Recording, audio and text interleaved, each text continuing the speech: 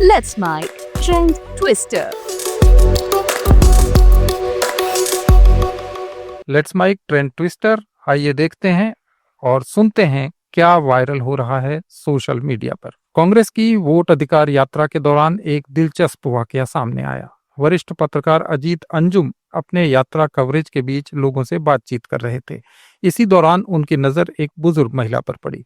अंजुम ने बड़े सरल अंदाज में पूछा, माँ जी आप यहाँ क्यों आई हैं? इस महिला ने बिना देर किए कहा, वोट के लिए आए हैं। इसके बाद जब अजीत अंजुम ने थोड़ा और जानना चाहा तो महिला ने बड़े उत्साह से कहा, अरे नेहरू इंदिरा का पोता आ रहा है।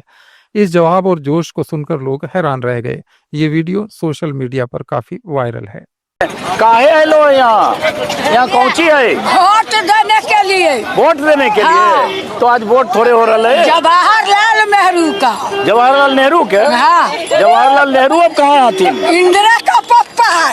अरे बाप रे, कितनी समझदार है इंदिरा का पप्पा। हाँ। सोनिया का ननिया ससुर। अरे बाप रे, कितनी जानकार है। सोनिया का ननिया ससुर। सोनिया का बेटा कौन है? सोनिया का बेटा को सुना नहीं है, लेकिन राजीव को जानते हैं। राजीव को? हाँ। राहुल गांधी का नाम सुन ला? हाँ। क्या है राहुल गांधी? राहुल गांधी इंदिरा का बेटा है। होगा इंदिरा का बेटा नहीं, सोनिया गांधी का बेटा है। सोनिया गांधी का बेटा है। यहाँ कौची खाती रहला? कौची है यहाँ? यहाँ क्या है, क्या दुनिया में रहील है। रैली है? क्या कर रैली है यहाँ? सब मुखिया का, राहुल गांधी का। राहुल गांधी का। वोटर अधिकार यात्रा के दौरान तमिलनाडु के मुख्यमंत्री एम.के. स्टालिन भी बिहार पहुंचे और यात्रा में शामिल हुए। स्टालिन ने थोड़ी देर हिंदी में भी भाषण दिया। उन्होंने कहा कि आप सबको देखने के लिए मैं 2000 किलोमीटर से यहाँ आया हूँ। उनका ये बयान यात्रा के प्रति उत्साह और दूसरे राज्यों से भी समर्थन जुटाने की कांग्रेस की कोशिश को दर्शाता है। आप सबको देखने के लिए मैं 2000 किलोमीटर पार करके आया हूं। इस दौरान राहुल गांधी ने एक सभा में चेतावनी भरे अंदाज में कहा कि कर्नाटक के बाद हम जल्दी ही हरियाणा और महाराष्ट्र विधानसभा चुनाव का डेटा भी लेकर आएंगे। बीजेपी के लोग जो ज्यादा चिल्ला रहे हैं ना, आप अच्छी तरह सुन लो। हमने अभी सिर्फ कर्नाटक का सबूत दिया है। हम आने वाले समय में लोकसभा का सबूत देंगे, हरियाणा का सबूत देंगे, बाकी प्रदेशों का सबूत देंगे और यह साबित कर देंगे कि बीजेपी आरएसएस वोट चोरी कर कर चुनाव जीतती है। आप सब आए दिल। भाजपा की वरिष्ठ नेता और पूर्व मुख्यमंत्री वसुंधरा राजे का एक बयान इन दिनों सोशल मीडिया पर तेजी से वायरल हो रहा है। राजे ने धौलपुर में राम कथा के दौरान कहा कि इंसान के जीवन में कहीं न कहीं वनवास आता है, पर वनवास आता है तो जाता भी है। वसुंधरा राजे के इस बयान को लेकर राजनीतिक हलकों में कई तरह की अटकलें लगाई जा रही हैं। ये मेरा परिवार है, मैं इनको ज्यादा कुछ बोल नहीं सकती हूँ। राजस्थान के अंदर मैं जाती हूँ, सबको बोलती हूँ, परंतु सब लोगों को जैसे आपने बताया परिवार में सबका काम होता है, तो हम बहुओं को ज्यादा वो जैसे आप अच्छी तरह से जानते हो, हम लोग सब अपना अपना काम जानते हैं। बहुत सारी बहुएं हैं और आज उस परिवार के बीच में आपको इतना ही कहना चाहूंगी कि अपने छोटे स्तर पे जो मैंने समझा है कि ये सब तो सुनना बहुत अच्छा है। महाराज हम लोगों के बीच में आए हैं, उनकी वाणी को सुनना ये हमारे लिए बहुत अच्छी बात है। आजकल की दुनिया बड़ी अजीब है, आप भी यही कह रहे थे। वहां से शुरू हुआ है कि जिसको अपन ने अपना समझा है वो आप ही को पराया भी हो जाता है, परंतु एक ड्यूटी होती है हर एक की अपने परिवार के लिए, और यहाँ बहू को अपना काम करना पड़ता है, माँ को अपना काम करना। पूर्व राज्यपाल सत्यपाल मलिक और पूर्व उपराष्ट्रपति जगदीप धनखड़ को लेकर राजस्थान के प्रदेश भाजपा अध्यक्ष मदन राठौड़ का एक बयान वायरल है। इसमें मदन राठौड़ ने कहा कि सत्यपाल मलिक का सम्मान के साथ अंतिम संस्कार हुआ और जगदीप धनखड़ ने अपना इस्तीफा स्वास्थ्य कारणों के कारण दिया। उन्होंने जो लिखा कि मैं अपने स्वास्थ्य कारणों से त्याग पत्र दे रहा हूँ, मैं सदन में मौजूद था जिस दिन उन्होंने त्याग पत्र दिया। मैंने खुद ने देखा अपनी आंखों से कि वो सदन चला रहे थे, कांग्रेस वाले आक्रामक तरीके से कर रहे थे, वो उनको शांत करने का प्रयास कर रहे थे, कोई कटाक्ष कर रहा था, फिर भी वो उनको शांत करने का करते करते एकाएक 11:45 पर उन्होंने सदन स्थगित किया 15 मिनट के लिए। तो हमको भी लगा कि 15 मिनट के लिए क्यों कर रहे हैं, फिर चैम्बर में चले गए। फिर 12 बजे जो आए तो वो उप सभापति जी आए, वो आए नहीं सदन में। तो स्वास्थ्य के कारण बहुत बड़ा कारण होता है, मैं उन पर अविश्वास नहीं करता। उन्होंने जो कारण लिखा है वही कारण है। दूसरा, सतपाल मलिक जी की आप बात करते हैं, उनको पूरे सम्मान के साथ दिल्ली में और उनका अंतिम संस्कार किया गया। जो सम्मान स्टेट देता है, मैं आपको फिर बता देता हूँ, पूर्व को जो सम्मान दिया जाना चाहिए वो सम्मान दिया गया। इसमें कोई भ्रम पैदा करने की कोशिश कर रहा है तो मैं सोचता हूँ ठीक बात नहीं है। सत्य की जानकारी प्राप्त कर लो, उसके बाद सवाल करोगे, निश्चित रूप से आपको जवाब सही मिलेगा। मैं खुद इस बात की, मैं खुद ओबीसी से हूँ और मैं खुद चिंता करता हूँ। सम्मान एक व्यवस्था है, एक पद्धति है, उस पद्धति का निर्वहन किया गया। जवाड़ी आप बोलो, थोड़ा सा बोलो मदन जी, ऐसा है। लवली प्रोफेशनल यूनिवर्सिटी ने अपने कैंपस में बिकने वाले सभी अमेरिकी सॉफ्ट ड्रिंक्स पर प्रतिबंध लगा दिया है। यूनिवर्सिटी के संस्थापक और कुलपति और आम आदमी पार्टी के राज्यसभा सांसद डॉक्टर अशोक कुमार मित्तल ने कहा कि ये कदम एक प्रतीकात्मक बैन नहीं बल्कि स्वदेशी 2 आंदोलन की शुरुआत है। 15 अगस्त को जब भारत का स्वतंत्रता दिवस था, एक फैसला लिया था पूरे यूनिवर्सिटी के स्टूडेंट, स्टाफ और मैंने मिलके कि यदि ट्रम्प साहब ने 27 अगस्त को 50% टैरिफ भारत के प्रोडक्ट्स पर लगाया तो हम लवली प्रोफेशनल यूनिवर्सिटी के प्रांगण से, कैंपस से अमेरिकन ब्रांड्स की जो सॉफ्ट ड्रिंक्स है उसका बहिष्कार कर देंगे, उनको बैन कर देंगे, वो वहाँ पर नहीं बिकेंगी। आज वो हम करने जा रहे हैं और मुझे उम्मीद है जब हम ये बैन करने जा रहे हैं तो भारत के लोगों में, हमारी भारत के जनता में, हम सब भारतीयों में भी एक स्वदेशी की तरफ रुझान बढ़ेगा। राजस्थान में राष्ट्रीय लोकतांत्रिक पार्टी के प्रमुख हनुमान बेनीवाल और कृषि मंत्री डॉक्टर किरोड़ी लाल मीणा में जुबानी जंग तेज हो गई है। बेनीवाल ने कहा कि जब किरोड़ी लाल मीणा पर रेप के मुकदमे लगे थे तब मैं उनके साथ खड़ा था।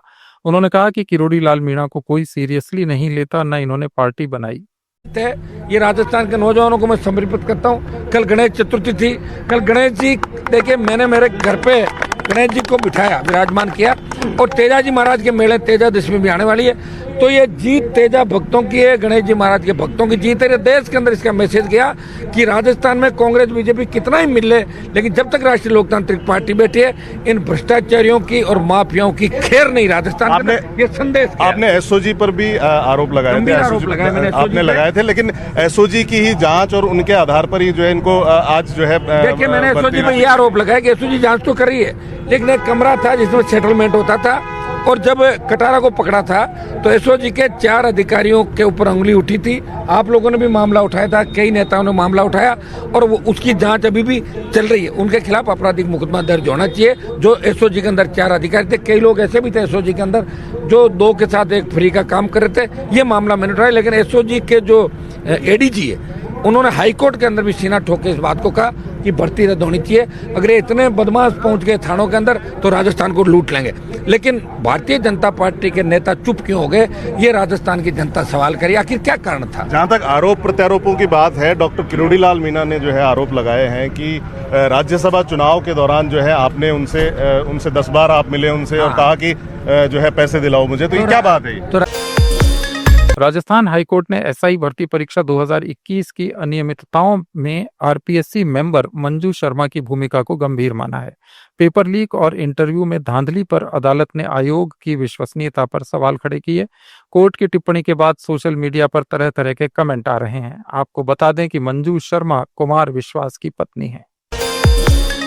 मध्य प्रदेश में ओबीसी को 27% आरक्षण देने पर सभी राजनीतिक दल एक मत हो गए हैं। हालांकि अब इसका श्रेय लेने की लड़ाई भी शुरू हो गई है। मुख्यमंत्री डॉक्टर मोहन यादव ने ओबीसी आरक्षण पर सीएम हाउस में एक सर्वदलीय बैठक बुलाई थी। इसके बाद उन्होंने कहा कि हम सभी एक मत हैं और सभी चाहते हैं कि ओबीसी आरक्षण को लेकर सुप्रीम कोर्ट में विचाराधीन प्रकरण में फैसला जल्दी आए, ताकि सभी बच्चों को आयु सीमा खत्म होने से पहले इसका फायदा मिल सके। कांग्रेस भी और बाकी अपोजिशन पार्टी भी और भारतीय जनता पार्टी भी सबने अपनी विधानसभा में भी इस बात को स्पष्टता के साथ रखा था कि 27% आरक्षण देने में हम यूनानिमस तैयार हैं।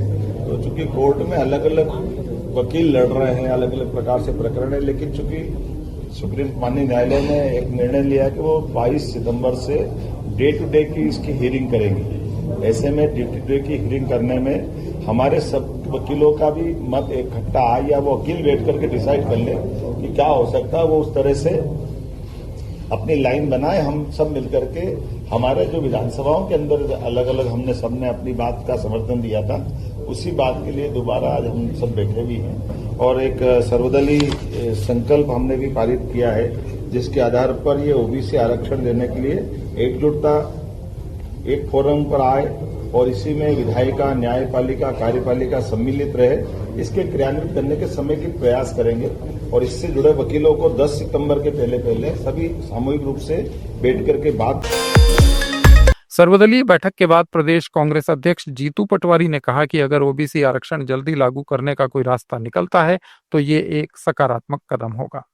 तो उस पर अलग अलग अपने अपने मत हैं, वकीलों के भी हैं, पार्टियों के भी हैं। तो चूंकि ये स्वागत योग्य है कि वकीलों को एक जगह बैठ के एक साथ मिल के अगर कोई बात ऐसी होती है जिससे आरक्षण ओबीसी का जल्दी से लागू हो जाए तो ये पॉजिटिविटी है। पर ये भी हमें संज्ञान में रखना चाहिए कि कोर्ट ने 3, 4, 5 तारीखों में लगातार सुप्रीम कोर्ट ने ये कहा है कि आपको किसने रोका है कानून लागू करने से, 6 साल से आप लोग क्या कर रहे थे, और अलग अलग तरह के और भी आर्ग्यूमेंट हुए हैं। तो स्वाभाविक है कि सर्वदलीय मीटिंग में नीति है कि कानून लागू होना चाहिए और जो 6 साल से जिन लोगों ने रोका उसको पनिशमेंट भी मिलना चाहिए। जिन अधिकारियों और वकीलों ने इसमें गुमराह किया उनको भी, चूंकि सरकार का 100 करोड़ रुपए से ज़्यादा आसपास वकीलों के लगे हैं, तो ये भी आखिर जनता का पैसा है, तो इस पर भी बात होनी चाहिए। तो ये दिल्ली में आम आदमी पार्टी के नेता सौरभ भारद्वाज का एक वीडियो वायरल है जिसमें वे कह रहे हैं कि एक भी आदमी या ठेकेदार नहीं कह सकता कि सौरभ भारद्वाज ने कोई एक भी पैसा लिया है। एक से पूछ लो, कोई एक आ जाए ये कहने की हमने उससे पैसा लिया। एक आदमी 1,500 ठेकेदारों से काम कराएगा एज एन एमएलए, 300 इंजीनियरों से पाला पड़ा होगा और पता नहीं कितने लोगों से पाला पड़ा होगा, कॉन्स्टिट्यूएंसी वालों से, कितनों से। एक आदमी ले आओ, कोई एक आदमी जो कह रहा हो कि भाई सौरभ भारद्वाज ने सड़क बनवाई थी, इतना पैसा ले लिया था, मैंने झूले लगवाए थे, इतना पैसा ले लिया था, इसका ये काम कराया था। अरे नंगा नाच हो रहा है। कोई क्यों ईमानदार रहेगा इस देश में? क्यों रहेगा कोई ईमानदार? तुम हर आदमी को चोर साबित करने में लगे हो। आप अपने देश की नींव को खराब कर रहे हो, आप अपनी जड़ें खराब कर रहे हो, क्योंकि आप किसी आदमी को ये क्रेडिट तक लेने दे रहे कि वो ईमानदार है। वो कोई क्यों ईमानदार रहेगा इस देश में? क्यों रहेगा? आप मुझे बताइए, आप इस देश को, ये भारतीय जनता पार्टी कैसे बर्बाद कर रही है? राष्ट्रपति द्रौपदी मुर्मू के भाषण का एक अंश सोशल मीडिया पर वायरल है। उन्होंने पर्यावरण की सुरक्षा की जरूरत बताई और कहा कि ये हमारे सामाजिक संस्कारों में शामिल है। आपके सामने रखना चाहूंगी। आप जानते हैं मैं एक गांव से आती हूँ। हरियाली, शुरू से ही मैं हरियाली से परिचित थी।